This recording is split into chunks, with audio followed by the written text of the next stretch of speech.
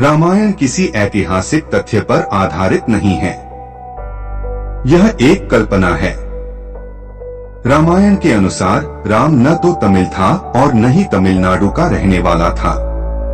वह उत्तर भारतीय था। रावण लंका यानी दक्षिण यानी तमिलनाडु के राजा थे, जिनकी हत्या राम ने की।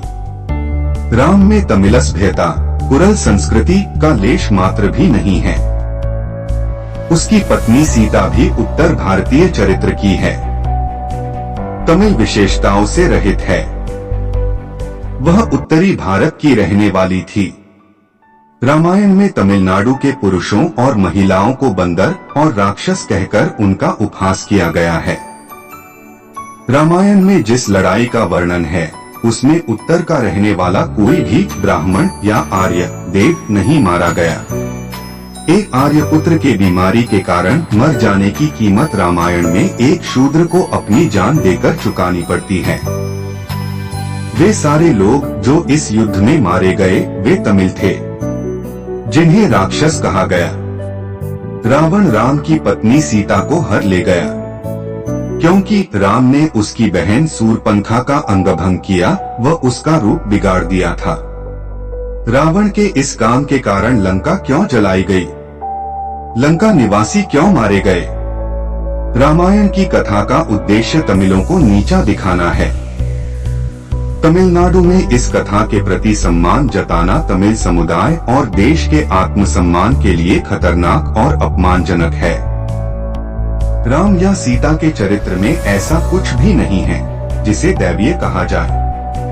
जिस तरह तथाकथित आजादी 1947 मिलने के बाद गोरे लोगों की मूर्तियों को हटा दिया गया और उनके नामों पर रखे गए स्थानों के नामों को मिटा दिया गया तथा उनकी जगह भारतीय नाम रख दिए गए, उसी तरह आर्य देवताओं और उनकी महत्ता बताने वाली हर बात को मिटा देना चाहिए जो तमिलों के प्रति आदर और सम्मान की भावनाओं को आघात पहुंचाते हैं।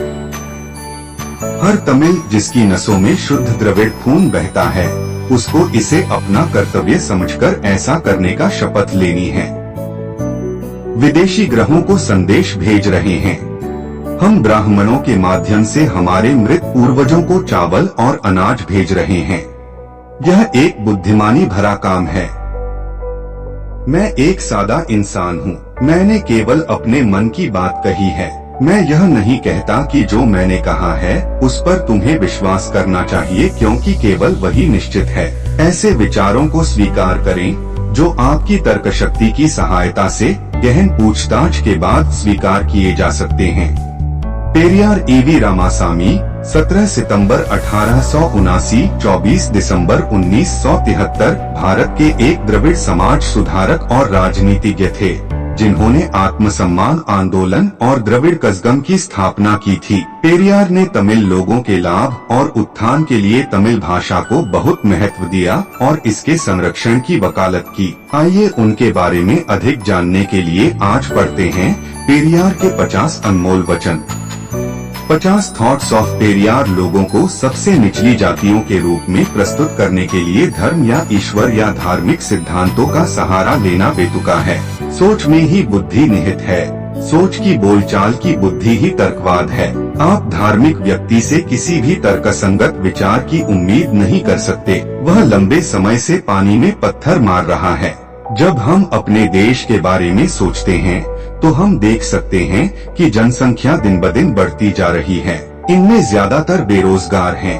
उनके पास जीवन यापन के साधन अपर्याप्त हैं। फिर भी वे अधिक से अधिक बच्चों को जन्म देती रहती हैं। वे अपने बच्चों को खिलाने, पहनने और शिक्षित करने में असमर्थ हैं। हम कई माता पिता को कभी गरीबी और दुख में देखते हैं।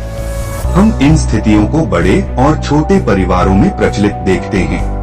हर व्यक्ति को स्वतंत्र और समान रहना चाहिए। ऐसी स्थिति पैदा करने के लिए जाति को मिटाना होगा। पैसा उधार लेना एक भयानक पेशा है। मैं इसे कानूनन लूट कहना चाहूँगा। हर किसी को किसी भी विचार को इनकार करने का अधिकार है, लेकिन किसी को भी इसकी अभिव्यक्ति को रोकने का अधिकार नहीं है। राजनीति को खुद से मतलब नहीं है कि हम पर कौन शासन करे। यह इस बारे में है कि लोगों के पास किस तरह का शासन होना चाहिए। गरीब लोगों की मदद करके हमें उनकी गरीबी दूर करने में सक्षम होना चाहिए। महान गुरुओं को, युवकों को धर्म पुरुष बनाने की बजाय उन्हें ज्ञानी बनाने का प्रयास करना चाहिए। आइए हम जोर देकर कहें कि हमारा राष्ट्रवाद स्वाभिमान, समानता और समान अधिकार है। समाज सुधार का उचित कार्य समाज से गरीबी को दूर करना और यह सुनिश्चित करना है कि लोग जीवन जीने के लिए अपने निर्णय को न बेचें। एक पुरुष को अनेक शादी करने का अधिकार है क्योंकि वह इससे प्रसन्न होता है। इस प्रथा के कारण वेश्यावृत्ति हुई है। एक पुरुष को अनेक शादी करने का अधिकार है क्योंकि वह इससे प्रसन्न होता है। पेरियार की सच्ची रामायण। पेरियार रामायण को धार्मिक किताब नहीं मानते थे। उनका कहना था कि यह एक राजनीतिक पुस्तक है जिसे ब्राह्मणों ने दक्षिणवासी अनार्यों पर उत्तर के आर्यों की विजय और प्रभुत्व को जायज ठहराने के लिए लिखा। यह गैर ब्राह्मणों पर ब्राह्मणों और महिलाओं पर पुरुषों के वर्चस्व का भी उपकरण है। प्रस्तुत है पेरियार की सच्ची रामायण। पेरियार की रामासामी 3 जून 2019। Share on Facebook, share on like on Facebook, share on X, Twitter, share on WhatsApp, share on Telegram. Ramasamy Naicker Periyar 17 सितंबर 1879, 24 दिसंबर 1973 हमारे समय के महानतम चिंतकों और विचारकों में से एक हैं। वे तर्कवादी हैं, मानवीय विवेक पर भरोसा करते हैं। किसी भी किस्म की अंधश्रद्धा, कूपमंडूकता, जड़ता, अतार्किकता और विवेकहीनता उन्हें स्वीकार नहीं है। वर्चस्व, अन्याय, असमानता, पराधीनता और अज्ञानता के हर रूप को वे चुनौती देते हैं। उनकी विशिष्ट तर्क पद्धति, तेवर और अभिव्यक्ति शैली के चलते जून 1970 में यूनेस्को ने उन्हें आधुनिक युग का मसीहा, दक्षिण पूर्वी एशिया का सुकरात, समाज सुधारवादी आंदोलनों का पितामह तथा अज्ञानता, अंधविश्वास, रूढ़िवाद और निरर्थक रीति रिवाजों का कट्टर दुश्मन स्वीकार किया है। उन्हें वाल्तेयर की श्रेणी का दार्शनिक, चिंतक, लेखक और वक्ता माना जाता। सच्ची रामायण उनकी एक चर्चित कृति है। पेरियार रामायण को धार्मिक किताब नहीं मानते थे। उनका कहना था कि यह एक राजनीतिक पुस्तक है जिसे ब्राह्मणों ने दक्षिणवासी अनार्यों पर उत्तर के आर्यों की विजय और प्रभुत्व को जायज ठहराने के लिए लिखा। यह गैर ब्राह्मणों पर ब्राह्मणों और महिलाओं पर पुरुषों के वर्चस्व का भी उपकरण है। रामायण की मूल अंतर्वस्तु को उजागर करने के लिए पेरियार ने वाल्मीकि रामायण के ब्राह्मणों द्वारा किए गए अनुवादों सहित अन्य राम कथाओं जैसे कंब रामायण, तुलसीदास की रामायण, रामचरितमानस, बौद्ध रामायण, जैन रामायण आदि के अनुवादों तथा उनसे संबंधित ग्रंथों का सम्यक अध्ययन किया था। इसके साथ ही उन्होंने रामायण के बारे में विद्वान अध्येताओं और इतिहासकारों की टिप्पणियों का भी गहन अध्ययन किया। उन्होंने करीब 40 वर्षों तक अध्ययन करने के बाद तमिल भाषा में लिखी पुस्तक रामायण पादीरंगल में उसका निचोड़ प्रस्तुत